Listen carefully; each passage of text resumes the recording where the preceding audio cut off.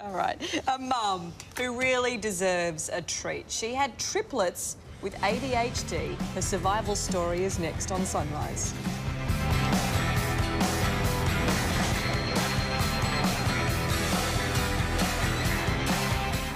Minutes past 8. Well, for parents with one child suffering ADHD, life can be pretty challenging. But imagine what it would be like if you had triplet boys with attention deficit hyperactivity disorder. I'm just imagining what it would be like to have triplet boys. Carolyn Angelin's family has gone through all the highs and lows of coping, and she's here now, along with her gorgeous boys Nathan, Luke and Matthew, and our gorgeous boy Dr. John Darcy joins us as well. Good morning to all of you. Good morning. Before I get your story, I'll just, Doc, get you to explain really for us, you know, in medical terms, what we can understand. What is actually ADHD? It's a personality trend where people, where the kids and the adults have impulsivity, they have inattention, and they can be extremely hyperactive. If you like, if you look at a kid who's got ADHD, instead of looking at a toy and going, he's pulling the toy apart and looking for the next toy to pull apart as well. If that alone is not a problem, if it starts to be a problem, as you're going to tell us, then it becomes a diagnosed condition. All right, but Doc, where's the line between boys being boys, you know, and especially being rough and tumble, three of them, and ADHD? It's a very good question, and part of the problem is to make the diagnosis is not easy. And usually you'll need not only a general practitioner, but a psychologist or a psychiatrist or a paediatrician to be able to say all the stuff you've told me about these boys, or girls for that matter, together with the stuff that happens at school that we've found out about, their inability to be able to pick up what seems to be a common trend those things come to make up the diagnosis, and it's not an easy one to make, and it has to be done by a specialist in association with everybody else. Okay. So, Carolyn, how did you go? You've got your three boys, you've got an older son. It took 7 years, didn't it, for the boys to be diagnosed? It did, yes.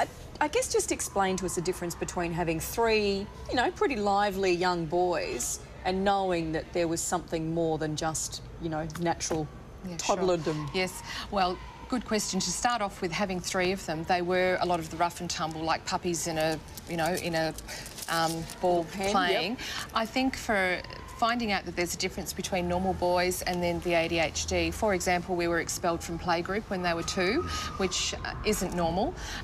Once they got a little bit older and they went to creche, the creche had to get extra staff to help when my boys were there because they were so active and so full on.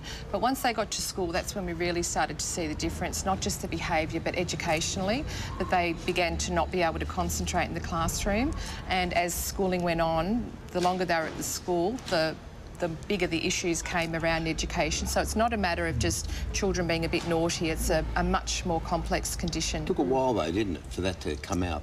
It did. It took, as you said, 7 years, so it wasn't a case of, oh, they're a bit naughty, they're over the top, let's find out that they've got, you know, they've got ADHD. Yep. And you'd tried everything, hadn't you, along the way? I read that you changed food and you changed sort of so many factors. Absolutely. But still nothing was working. Yeah, there's a lot of things that people suggest, such as the diets. People say, oh, it's the red cordial, it's the sugar, whatever. We did elimination diets where you cut basically everything out and there's about 4 foods that you can eat, which is pretty difficult.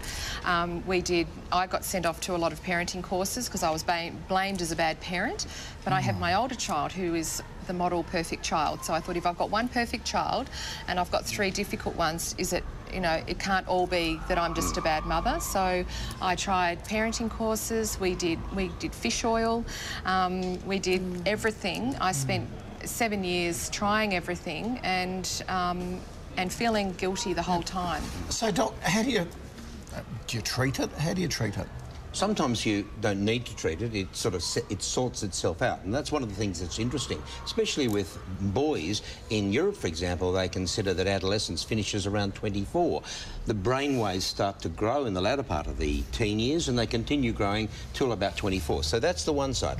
On the other side, having tried all these things like fish oil, like diets, etc., people come down to the idea that what will give these children focus, these young adolescents focus, are stimulant medications. Now, these are, if you like, the amphetamine-like medications, which, if they were given to you or me, would sharpen our focus and maybe make us feel really good. But with people who've got ADHD, they don't do that. They actually concentrate focus so it becomes more definite. That means that that a parent or a teacher can reach out and teach. So the combination of the medication plus those learning techniques from the teacher and from the parents do help enormously.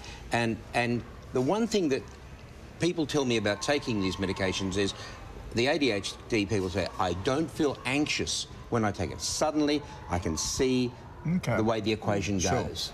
Boys, you better put on a decent Mother's Day this Sunday. You're lucky, guys. You got a wonderful Have you started planning? Yeah, kind of. All right, you got 2 sleeps to go. We need to talk. I might hook you boys up with Roses Only and we'll see how we go. Say it, Carolyn's here. Okay. He'll talk to you later in the ad break. All the very best to all of you. Thank you for sharing your story with us. And you've written a book. It's called ADHD to the Power of 3. That's right. It's available now in bookstores. And all the very best on Sunday. You have a great Mother's Day. You deserve it. Thank you very much. Thanks, Doc. Good to see you. Good on you.